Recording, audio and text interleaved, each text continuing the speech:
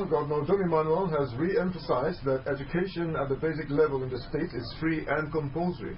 Mr. Dom Emmanuel said this while fielding questions from members of the Nigeria Union of Journalists during a media parley. Government House Bureau Chief Colonel Edem Efreti again reports. Governor Dom Emmanuel said that any fund spent on education is investment that he considers worthy, adding that to ascertain the future, the basic education was necessary, and so the government in its responsiveness makes it free and compulsory to achieve its aims. He dismissed as untrue the allegation that schools in the state are now charging fees from students. The governor said the only fees charged by schools are boarding fees, which he observed are inconsequential. Mr. Dom Emmanuel said there was need to reintroduce boarding systems in schools to address moral decadence among youths in the state. I've read about all right of sentiments that we're trying to build, but at the end of the day, it's always the difference between the truth and falsehood. Our children are still basic education is still free. So we review some of the things and see how we can do quality education, rather than just allow our children to jump all over the place. We really want to see, I want to spend the time where our children, most of them you see the schools they go to outside this country, nothing compared to any of our universities there. They're just in the air of going. On the meeting of stakeholders in the education sector in the state, Mr. Dom Emmanuel said, though he has not yet received the communique of the summit, the meeting was to look at the quality of education delivered rather than amount to be paid. The governor used the occasion to say that the state had paid all fees due to the West African Examination Council and that the council had released all results to students from the state. As that last while, we were the only state in this country, only state, put me anywhere and I will defend that. We were the only state in this country why fees alone that we paid as a state was 600 million naira. So why?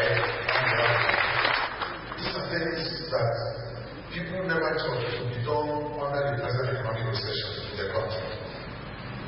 Colonel Edem Efreti reporting. Governor Dom Emmanuel has attributed the steady growth of the state to God's favor following constant intercession by religious leaders and groups in the state. The governor said this during a night-long prayer meeting held by the Akwa Ibom Dakada Ministers' Prayer Forum held at the Le Méridien Ibom Hotels and Golf Resorts in Uyo. A Government House Bureau Chief, Colonel Edem Efreti, reports that the meeting had as a theme preserving posterity in the land. Governor Dom Emmanuel urged those dedicated to praying for the state to remain steadfast, adding that God has answered most of their prayers which make the state triumph. The governor, who expressed optimism that the state will continue to find favors in the sight of the Lord following such prayers, said he looks forward to celebrating the state when its youth would be gainfully employed by industries in the state. Outlining his core of strides, Governor Dom Emmanuel said God was still doing miracles for the state, even in the midst of paucity of funds. God is still connecting us. God is still making our words, what we speak to people, to make sense in the ears of people. Else you can't explain it. So I believe the Spirit of God is waiting for us. So please don't ever think you coming here is in vain. God needs you to take us from where we are.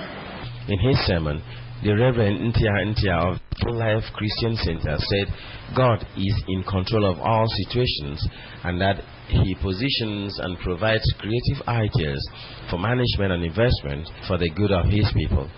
The Reverend Ntia, who preached on the theme preserving a posterity in the land, said the state is rich and that all it needed was a good manager whom he identified in Governor Dom Emmanuel to advance his cause. The pastor urged pastors in the state to use the people's ears to drum in the Dakada spirit until they locate their potentials, dust and use them for their good and that of the state.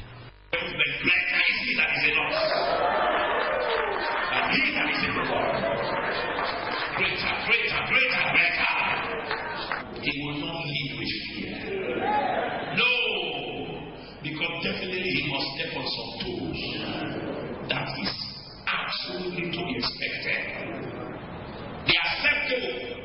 is the greatest enemy of the possible. We refuse to lag behind. Akwa Ibom will take its place in the forefront.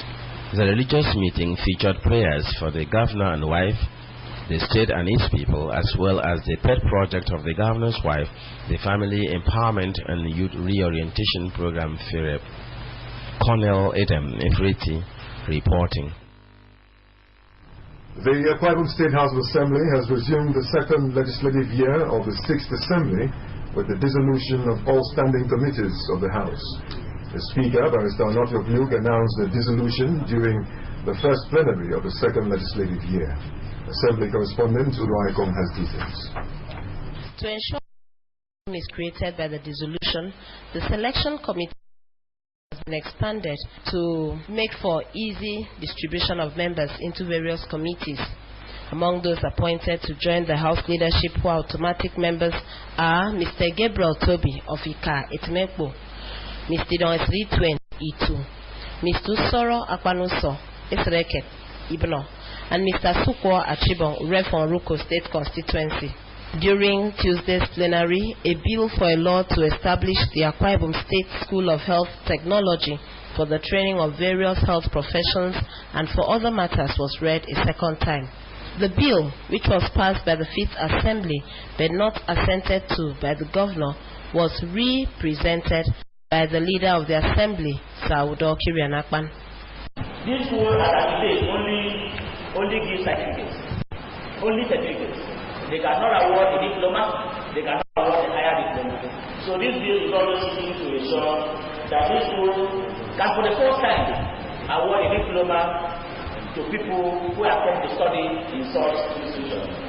Speaking in favor of the bill, all 26 members of the House said it was important to legalize the institution which was established 28 years ago.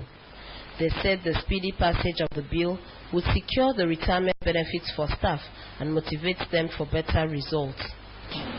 Health is power.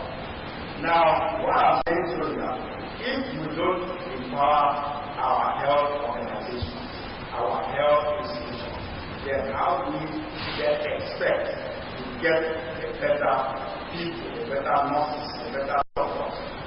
I've seen the benefit of this bill. We have also obtained the mandate from the people of Nigeria to support this bill. Mr. Speaker, it is sad that for a long time that this program has existed in Bible, without being recognized as a government authority.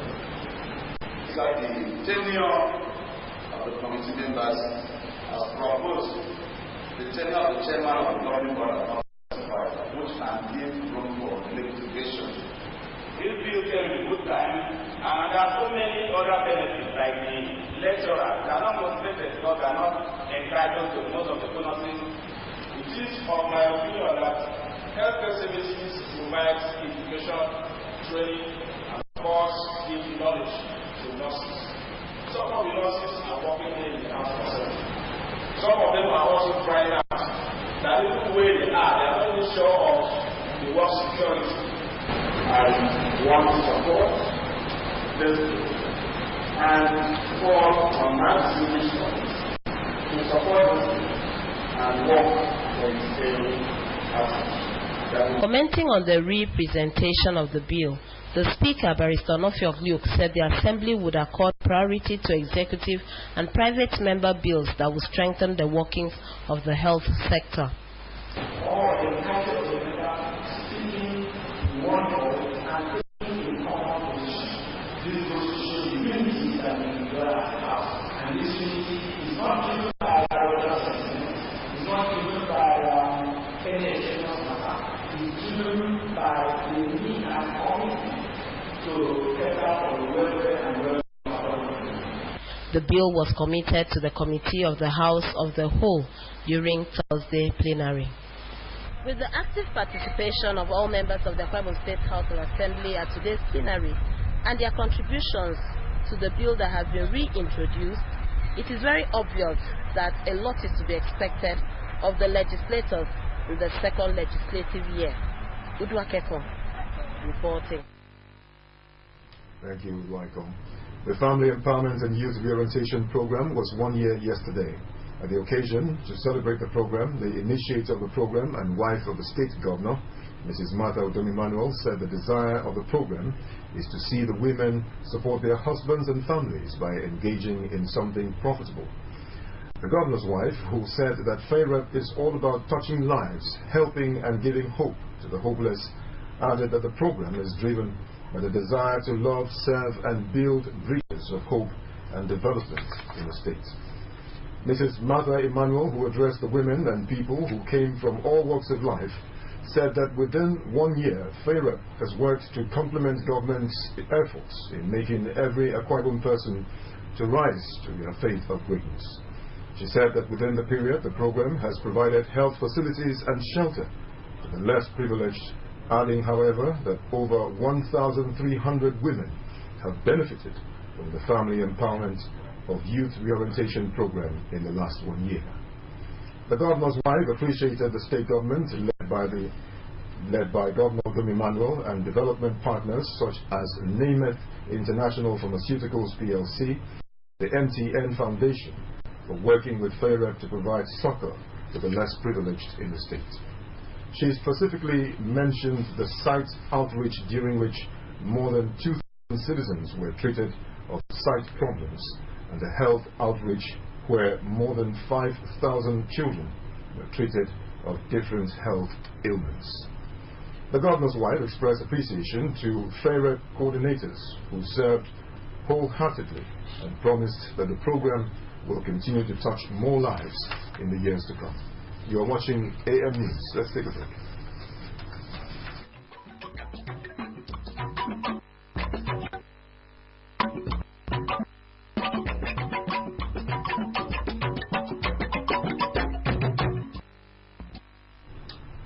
Still on AM News, and I'm Samuel Udofia.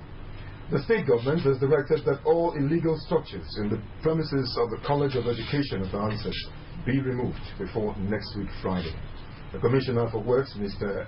Ephraim Inyan, gave the directive when he and the Commissioner for Education, Mr. Aniaganakban, inspected facilities at the college. The story is here presented. Mr. Yang said failure to remove the structures, the state government will have no option than to demolish them without paying any form of compensation. He said that it was illegal for any person or group to encroach on government land. The Commissioner for Works hinted that government is soon commencing remedial work in the college to make it safe and secure for students, as well as provide a conducive environment for learning. Mr. Yang said that government will assist the College of Education to ensure accreditation of its courses and assure that before the celebration of the 25th anniversary of the school this year, the college premises will be motorable, attractive, and secure. You can see that government had renovated about 3-4 blocks where we're coming from for the students, but they are not living there. The simple reason is that there's no fence and the fence is not long enough. So we've taken inventory of what we've seen, and we hope that we will report back to the powers, the authorities, and we're very hopeful that by next week we should be back here to do at least some level of remedial work. Grading the road, we have the equipment, which is under our supervision, and then we will look for stone base. At least that is the face level. We will get this fence done with direct level to link up those places and all those structures that are inside the school compound. Like I said, and I'm sure you know, will go down on Friday.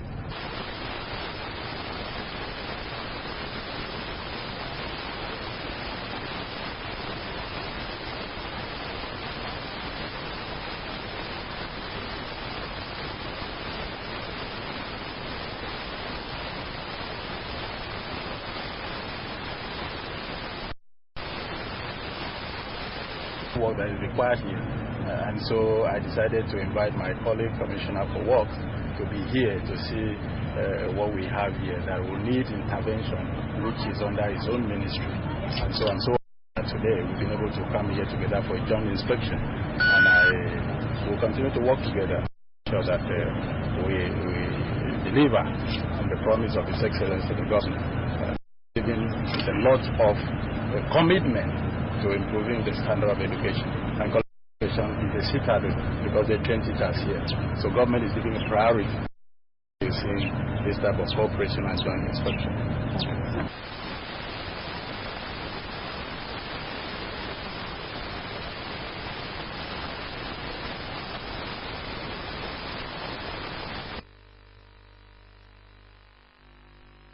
As schools reopen for classes for the 2016-2017 session, the state government has taken steps to ensure that both pupils and teachers respond effectively.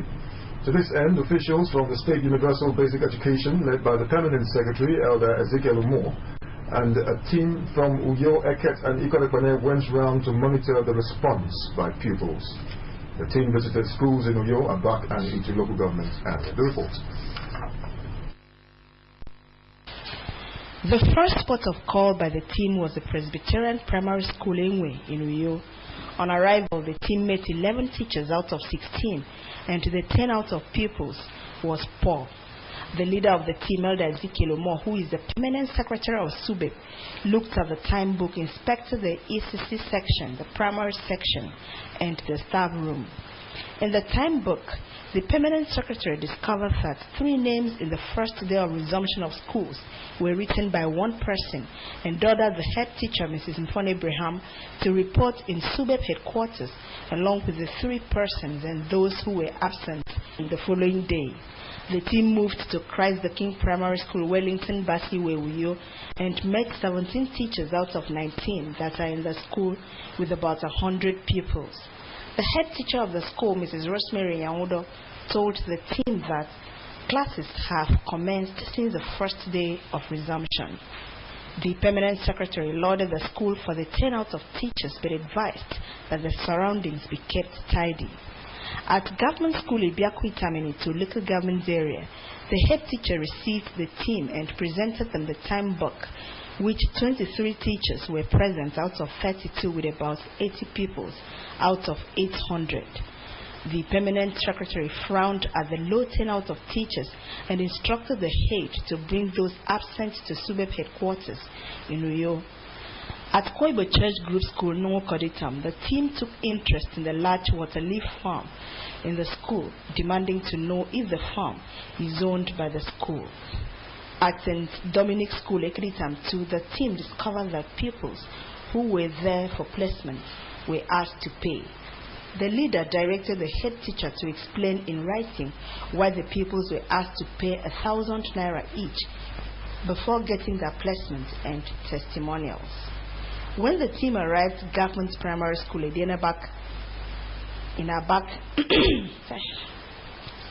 when the team arrived at Government Primary School in Abak Little Government Area at about 11:30 in the morning, the classroom blocks were under lock and key with no teacher or pupil. The director of school services to call the education secretary in charge of Abak to report with all the staff, all the teaching staff of that school in my office, and they will explain in writing why they were not in school, why they have to close down the school. The last school visited was the Bishop Clark Central School, Abak. There, the team leader saw some teachers relaxing in the staff room instead of teaching. The staff were 27 out of 35, while the pupils were about 1,000 out of 15,200. Speaking on the inspection, the permanent secretary had this to say. What we have found out is that based on what we have seen, some of them are serious, some are not serious. But I know whether the attendance of teachers in their respective schools have been very, very encouraging. And haven't seen us, I think they will double up and do their best. The Director of School Services, Dr. Rosalie Morin, also spoke on why the exercise was undertaken. Every time when the school reopens, that first week, we call it spot check. We always go around to see those that are not in their responsibility. In all, majority of schools visited had commenced classes, though pupils in some schools were found loitering. The head of the Akwa Ibom State Civil Service, Mrs. Ekere Bongakwan, has congratulated the people of Akwa Ibom State in particular and Nigerians generally on the 29th anniversary of the state's and the 56th independence celebration of Nigeria. In a statement made available to our news desk, Mrs. Akpan commended President Muhammadu Buhari, the Vice President, Professor Yemi Osibanjo, for their resoluteness in leading the nation to the height of greatness. The head of civil service, on behalf of the entire workers in the state, appreciated the state governor, Mr. Udomi Manuel, his deputy, Mr. Moses Ekbo, the speaker, Barrister Anofio Luke, the state executive council, and the entire people of the state on the occasion of the 29th anniversary of the state. The statement extols the giant strides recorded by the government in the areas of industrialization, creation of employment, infrastructural development, and the welfare of the workforce, particularly of prompt payment of salaries, pensions, and other entitlements. Mrs. Akpan particularly commended the state governor over the payment of the 2016 leave allowance, irrespective of the current economic predicament. She prayed for continued unity of purpose, wisdom, and strength in the state and the country at large. A book titled Dakar Rise, You Were Destined to Be Great, is to be launched Friday, 23rd September 2016. The book launch will coincide with the first anniversary of Dakada philosophy. Written by a retired permanent secretary in the state, Elder Namso Morin, the book is an inspirational work to motivate people to self-actualization. Elder Umorin said he was motivated to write the book in order to espouse the Dakada initiative of the state government. According to him, the book is expected to be launched by Governor Udomi Manuel at the Uyo Sports Stadium.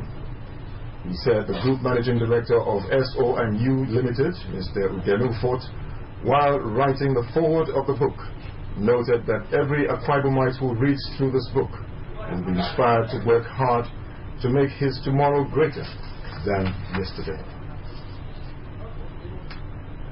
President Muhammadu Buhari has been commended by the United States President Barack Obama as he addressed world leaders at the ongoing United Nations General Assembly. And Pope Francis and leaders of other world religions have said no to war and terrorism, and terrorists who claim to fight in God's name. Mercy Akare has details of these and others. President Muhammadu Buhari has assured world leaders that Nigeria remains committed to achieving the Sustainable Development Goals, SDGs, as agreed by the 193 member states of the United Nations last year. The President gave the assurance while presenting Nigeria's statement at the 71st session of the General Assembly. President Buhari also assured that the capacity of government agencies in Nigeria was being strengthened to institutionalize reforms that will ensure transparency and good governance, adding that fighting corruption remains cardinal. He acknowledged that Nigeria has not been spared from the current global economic downturn, but however said that his administration has embarked on reforms that shifts emphasis to non-oil sectors. President Buhari also sought for reforms in the UN Security Council and asked for the inclusion of Africa in the Council. Meanwhile, United States President Barack Obama has commended President Buhari on what he described as bold economic reforms. President Obama, who made the commendation when he met with President Buhari on the sidelines of the ongoing 71st UNGA, said the U.S. will continue to offer support to Nigeria in areas of agricultural development, recovery of stolen funds, the fight against Boko Haram, and to facilitate the reduction of conflict in the Niger Delta region. The Nigerian Senate has proposed measures to the executive arm of government aimed at abating the country's economic recession. On the list of the proposed measures is asset sales to raise capital, the Executive and Central Bank of Nigeria's agreement on monetary policy that will stimulate the economy, reorganization of export promotion policy, and meaningful dialogue with those aggrieved in the Niger Delta region. The Senate also advised the executive to consider an immediate release of funds to ensure implementation of the budget as a way of injecting money into the economy. The Central Bank of Nigeria has said it will not cut down interest rates, as suggested by the Minister of Finance, Mrs. Kemi Adeosun. Mrs. Adeosun had called on the CBN to lower interest rates so that the federal government could borrow domestically without increasing servicing costs. CBN Governor Godwin Emefiele, who spoke to the press at the end of the Monetary Policy Committee meeting in Abuja, said a cut in the rate at a time inflation was rising could worsen the nation's economic situation. The CBN also maintains that it has retained the interest rate of 14% to allow other measures like foreign exchange market reforms to work through fully.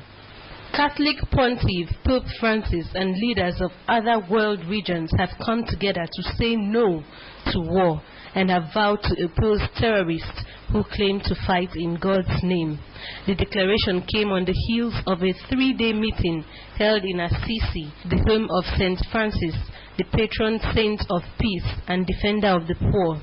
About 500 representatives of numerous faiths, including Christianity, Islam, Judaism, Buddhism, and Hinduism, attended the meeting to discuss how members could promote peace and reconciliation. The religious leaders appealed to leaders of nations to defuse the causes of war, the lust for power and money, the greed of armed dealers, personal interest, and vendetta for past wrongs. And now to end the news, the top stories. Governor Dom Emmanuel has again described the press in the state as partners in progress. The governor made the declaration Wednesday at a media parley held at the State Banquet Hall, Uyo. Also, Governor Dom Emmanuel has re-emphasized that education at the basic level is free and compulsory. That's our package. You can also watch AKBC TV News online by logging on to akbconline.org or follow us on Twitter at AKBC45 or on Facebook at AKBC Channel 45. Thanks for watching. Have a great day. Stay on. Up next, Asa.